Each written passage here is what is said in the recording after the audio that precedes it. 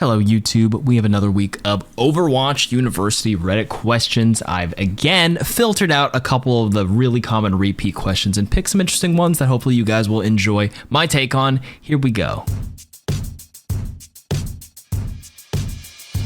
First one of the week is, why does nobody play Ramattra? Looking at his pick rates on Overbuff, he's a bottom 3 picked tank in all ranks. For me, I only really see him to counter swap Rhine, lol. To me, he's a fun character. He's strong, badass, if that counts for anything, and played quite a bit in pro play, though mainly due to his team play. Why is it that nobody plays him, do you think? What could be changed to make him picked more? 300 character, 300...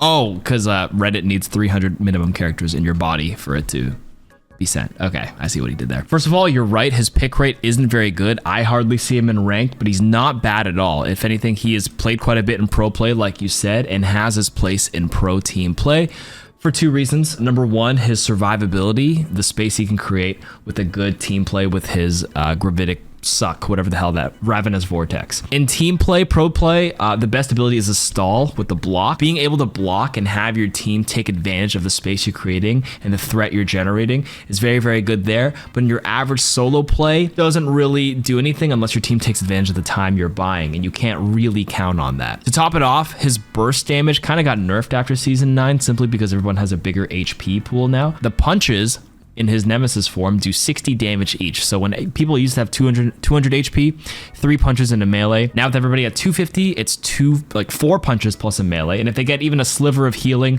during the length of that combo, then it might even take 5 punches. Don't even get me started about the 300 HP heroes like Mei and Reaper. So his solo carry potential, not very good right now, but he's good again in coordinated play. And that's probably leaning to the reason why nobody tends to play him. Also, his counter picks like Roadhog and Orisa were kind of tough to play. Orisa not so meta right now.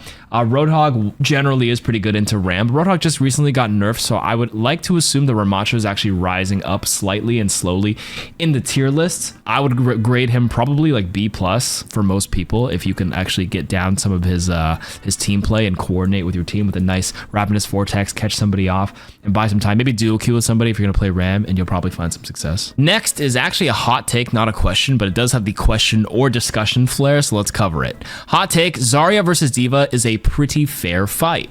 Everyone says that Zarya counters D.Va, but as a D.Va main, sometimes I think is one of the more even tank versus tanks. Zarya beats the D.Va defense matrix. D.Va flies and Zarya does not. D.Va has extreme movement, Zarya does not. D.Va can eat Zarya's ult, Zarya can time bubble to get charge off a D.Va ult. Yes, if Zarya forces the 1v1 and D.Va takes it, D.Va probably loses. But D.Va can just fly away, fly up. If Zarya follows, we go back. She can follow us so much, but ultimately we can outrun her and get to her backline. And she can get to ours too, sure, but I can get a pick and fly back and peel. Zarya can't. I feel like the tank that really F's up D.Va is Hog. Also, no movement, but he can hook me if I fly away. Hook plus trap plus shot or 2, and I'm toast. I can eat some, but not his entire ult, even with full DM, and it's almost never is, because Hog can force me to DM for my teammates who get hooked, and Hog is way harder for my backline to escape as opposed to Zarya, so I just can't keep out of his range except for my team to survive. Now, if my team, enemy tank goes Zarya, and the DPS goes Sim, and the support go Moira, okay, now I got a problem. Okay, why Moira? You just eat all the orbs. Only the coalescence is a little threatening. That's whatever. Okay, now I got a problem because I can avoid fighting Zarya, but I can't get away from the Sim and the Moira as well. But that's more of a group counter. Zarya alone, I think it's a fairly balanced fight for D.Va. Thoughts? I would agree. I think it's a pretty even matchup because, like you said, D.Va has the agency and choice to fly away because you don't really take the 1v1 unless you absolutely have to, like Zarya's the last one alive. Obviously, you do give up a little space when you do that, and again, that's one of the threats that Zarya has by beaming through the matrix. Like you said, you have some other parts of your kit that can work out where you can eat the Zarya grab, eat the secondary fire poke, which forces Zarya to maybe burn a bubble and always play up close range to you. And if Zarya is actually low energy, like below 50%, D.Va actually just wins the straight up 1v1 up in her face as well. So you're correct. Not much more to add other than that little tidbit. The Moira suck honestly barely does any damage against the armor portion of D.Va. Symmetra, a bit more threatening, but again, you always have a choice to fly away from these limited beam heroes. What is your favorite ultimate combo? And by ultimate combo, I mean when 2 or more heroes combine their ultimates for a play. I know it's kind of obvious, just wanted to make sure there's no confusion. Mine personally, I love Illari and Zarya's ult together when used well, of course. really satisfying, etc., etc. And even when the KarQ's involved, they actually Suzu the grab initially, and then you ult, and then they can't cleanse Captive Sun. What else is your favorite? Another one I found that I really like is KarQ Kitsune a Moira's Coalescence. The Kitsune makes you confirm a kill much faster, at least I'm pretty sure that's what it looks like to me, and obviously heal your teammates if they're close enough. Kitsune works, plus anything works really well actually. One thing to add here, this is true. It does increase the rate of your coalescence ticking. I myth busted this like a year and a half ago when KarQ first came out. So yes, it's actually a pretty good combo. I believe you heal more too, if I'm not mistaken. I can reference back the Mythbuster. Go check out KarQ Mythbusters on my main channel and you can find that interaction covered there. One of my favorite combos personally is actually the Junker Queen knife pull into a Junkrat trap. It's actually a pretty funny one because you can knife them, crouch, and then when you pull back, they'll like fly over your head into a Junkrat trap. It's not very practical, but it's a fun one on paper. Another one of my favorite combos is the classic Nano Blade. Goes all the way back to Overwatch 1. And I guess another one of the new ones I can think of is probably the Lifeweaver grip into the Cassidy High Noon. The way to do like the slingshot fly noon or the sling noon, whatever the hell people call it. You pop High Noon, and as soon as Lifeweaver's on the top of the pedal and grips you, you hold your combat roll as you're going up, and then as it finishes you'll fling up and get, you know, a really nice air shot, assuming that the sky hitbox isn't too low depending on the map you play. So that's a really good one. What is the best mentality for Overwatch Competitive? As the title asks, what's the best mentality? I've been on a journey to improve, but I find myself not having fun recently. Ironically, I lose more games now that I've been trying to improve, and it's demoralizing. What makes the game fun for you? And for those who are in high ranked, what lessons did you learn that changed your mentality and helped you climb up? The best and healthiest mentality for me is that I find Overwatch Competitive just like a step up on more like neutral competition, you know, where it's not quick play where you just have people with random skills all around, but like it's not gonna like, you know, it's never worth getting super tilted and you know, losing sleep over. And that's my mentality. An analogy I make is pickup basketball. If I go to the local YMCA and play some pickup basketball, that's quick play, because like a 10-year-old kid could be like, hey, can I shoot around, play on your team, to run some 3v3s? Another 15-year-old kid, 17-year-old kid coming in. That's quick play, and we just play some fun games. And then Overwatch Competitive is like sort of organizing like a house league, a little 5v5 mini local community league where they try to get players of similar skill on both teams, and it's like a competitive game. You have your, you know, two halves. I don't think you do 4 quarters, you do like 2 halves. Maybe a better analogy is like a softball league, a local softball league where everybody pays a little bit and everyone's sort of on equal ground there. That's comp. But at the end of the day, you say GG's to your opponents and go back home and worry about your life and other aspects like, you know, your school, work, taxes, love life, friends, if you have any. Like, that's more important, and I find that's the healthiest mentality for me. If you're not having fun and it's demoralizing, you have to take a step back and remember, like, why are you playing Overwatch Competitive? You know, if you just want to just like pew some heads, play some quick play, but if you do want to improve, losing is actually part of the journey. And that's called managing your expectations. And for me, I manage my expectations where like I know I'm going to go on losing streaks, and it can feel pretty bad, of course. It could be pretty demoralizing, but then I remember this is part of the journey of getting better and part of the journey of playing competitive games. There's no way in hell I'm going to win 90% of my games. At best, 52, high 55s, 55% win rate across a couple hundred game season.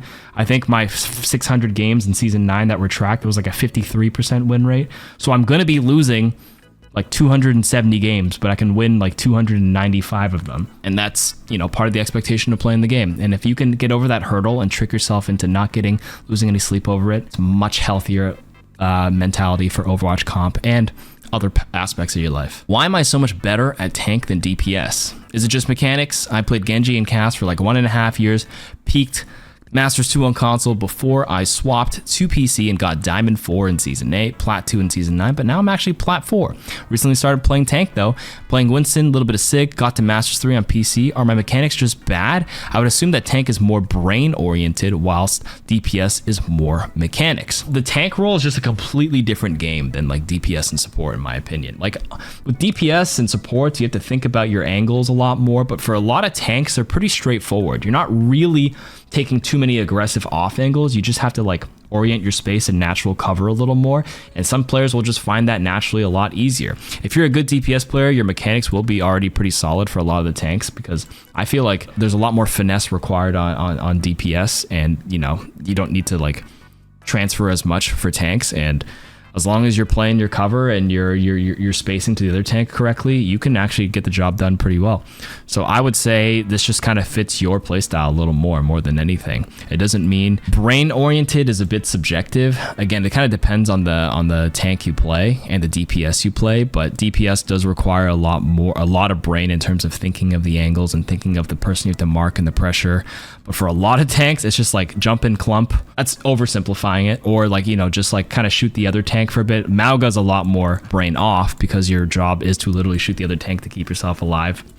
It depends, but you know, it just seems like the role fits you a little better. What do I do if people complain about my picks but never elaborate? It happened to me a lot recently where there's a complaint about something, usually just, please use a better support, because I mainly play Lucio and Zen, and then I ask them who I should play, and then they thoroughly ignore me and sometimes continue to complain and then ignore me when I ask them again what support they want. Are Lucio and Zen just that bad, or is there something else I can do? Is there some secret strategy to get them to communicate? If they don't even elaborate on this, what I would say is they're probably just looking for a scapegoat for the team's poor play or their poor play. They just kind of blame the one single support that seems to not fit very well. They can't blame anybody but themselves, but they're just choosing you. Now, I will say Lucio and Zen are a bit more comp specific, and the more generalist supports are probably like Ana, Kiriko. Ana and Kiriko are probably the most flexible in terms of slotting them into literally any composition that they literally cannot complain about in most cases.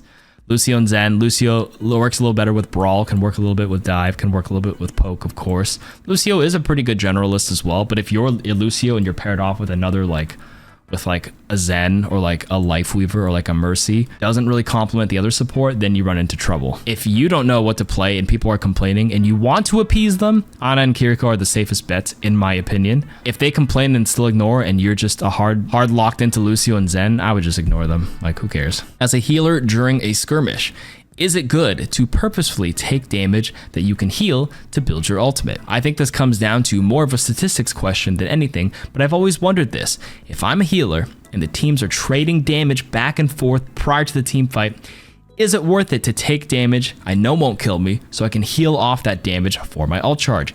Is it worth it for my teammates to do this? I always assume this would be bad since it charges enemy ults faster on average than it charges my ult, but I always assumed that was a blind assumption that I never knew for sure. I'm sure it depends on a lot of factors, etc., etc. I'm just looking for a general answer. Damage done and damage healing generates the same amount of ultimate charge unless you're healing or damaging a tank, where it's 25% less. Let's get that out of the way.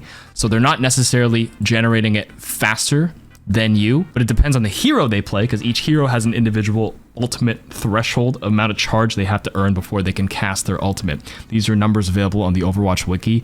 Lucio requires like 2,100 ultimate charge, 2,100 damage / healing, along with the passive ultimate generation rate that's in the game. Once you've established that, is it worth it? It depends. I wouldn't say you as a healer should take damage, because the risk of you getting, picked off because you lower your health pool where you're in like a range to get bursted by like a Hanzo arrow. You hit a certain breakpoint where the enemy hero, depending on what they play, can just kill you. And if they kill you, that's instant loss value. So you don't want that. So I would say you as a healer don't, but it could be okay for certain teammates to take damage. And the one example I can think of is a Winston, where your play is to take damage on purpose so that you as the Ana can heal that Winston to farm a quick nano boost so that you can have an engagement tool. We do this a lot on maps like Nimbani First, where it's a standstill and a neutral where everyone takes a bit of poke. Winston just soft dives, soft jumps really close high ground, takes a bit of chip, doesn't take too much. If he gets a little dicey, then he drops a bubble really quick, waits to get healed up. You can build nano in like under a minute in that way. So that's where it can be useful. Never for you as a healer. And the last caveat is probably at the end of a fight, end of a skirmish or end of a full team fight where like everything is done. You can take damage on purpose to like Torbjorn's lava pool, his Coom, his ultimate, or Hammond's mind, because they don't give the enemy any ult charge. Your tank can take a couple of those to let you heal the rest. If the team fight's over and your nano boost is still active or your ultimate is still active on Kiriko or whatever, you do not heal. You wait for your ultimate, your nano or your Kitsune Rush to expire, then you top off the people who are like, half health, and then you can get an extra 10 or 20% built up towards your next one. Because if the team fight's over, your Winston's at half health, but your Kitsune still has like 2 seconds left, and you just top off your Winston, you don't earn any ult charge while Kitsune is active. Then the Kitsune expires, your Winston's back at full health, you're at 0% ult charge, versus letting Kitsune expire, healing half your Winston, and you get like 6% ult charge. Everything can add up. So a couple small tips there. How do you win games as a healer? I main Ana. I used to be up to Plat 1 2 seasons ago. As an Ana, I would actually rate myself pretty high. I've had games where people said that I was carrying them. And also I would just say of myself that I am right now at least good as good as I was 2 seasons ago, if not better. But now I just de-ranked to gold 5. I feel like even as a game-changing healer like Ana with nades and sleeps, you cannot decide games for yourself. At the end of the day, it depends on the DPS and tank. I regularly hit sleeps and nades and also shots, of course. In my previous game, I also had damaged Arcree while also having really good heals. Mikas.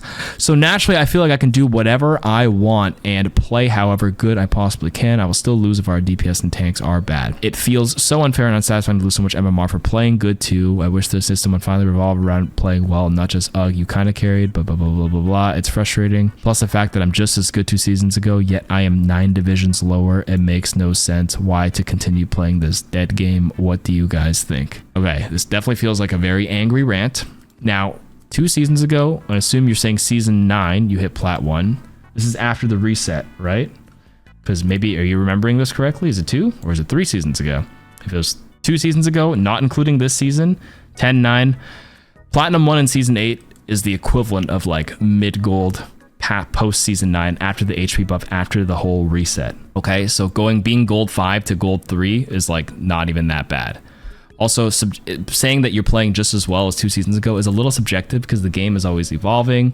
Different heroes are in different metas. Different heroes you synergize and play well around are not always going to be in every game that you played well against. Like, your skill isn't just like a singular rank.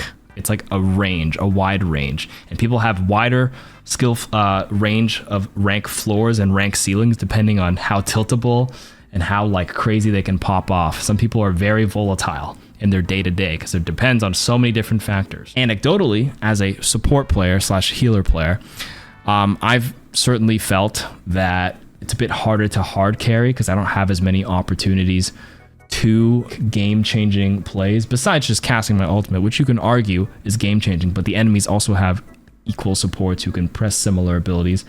I feel like it's less about hard carrying as a support and more about just not feeding or not being a liability. And I take this quote also from one of the OWCS coaches. I forgot who I heard it from. Somebody on my Discord mentioned it, and they said they heard it from one of the pro coaches, where a lot of supports, it's less about looking for crazy plays and more about just not being dead weight.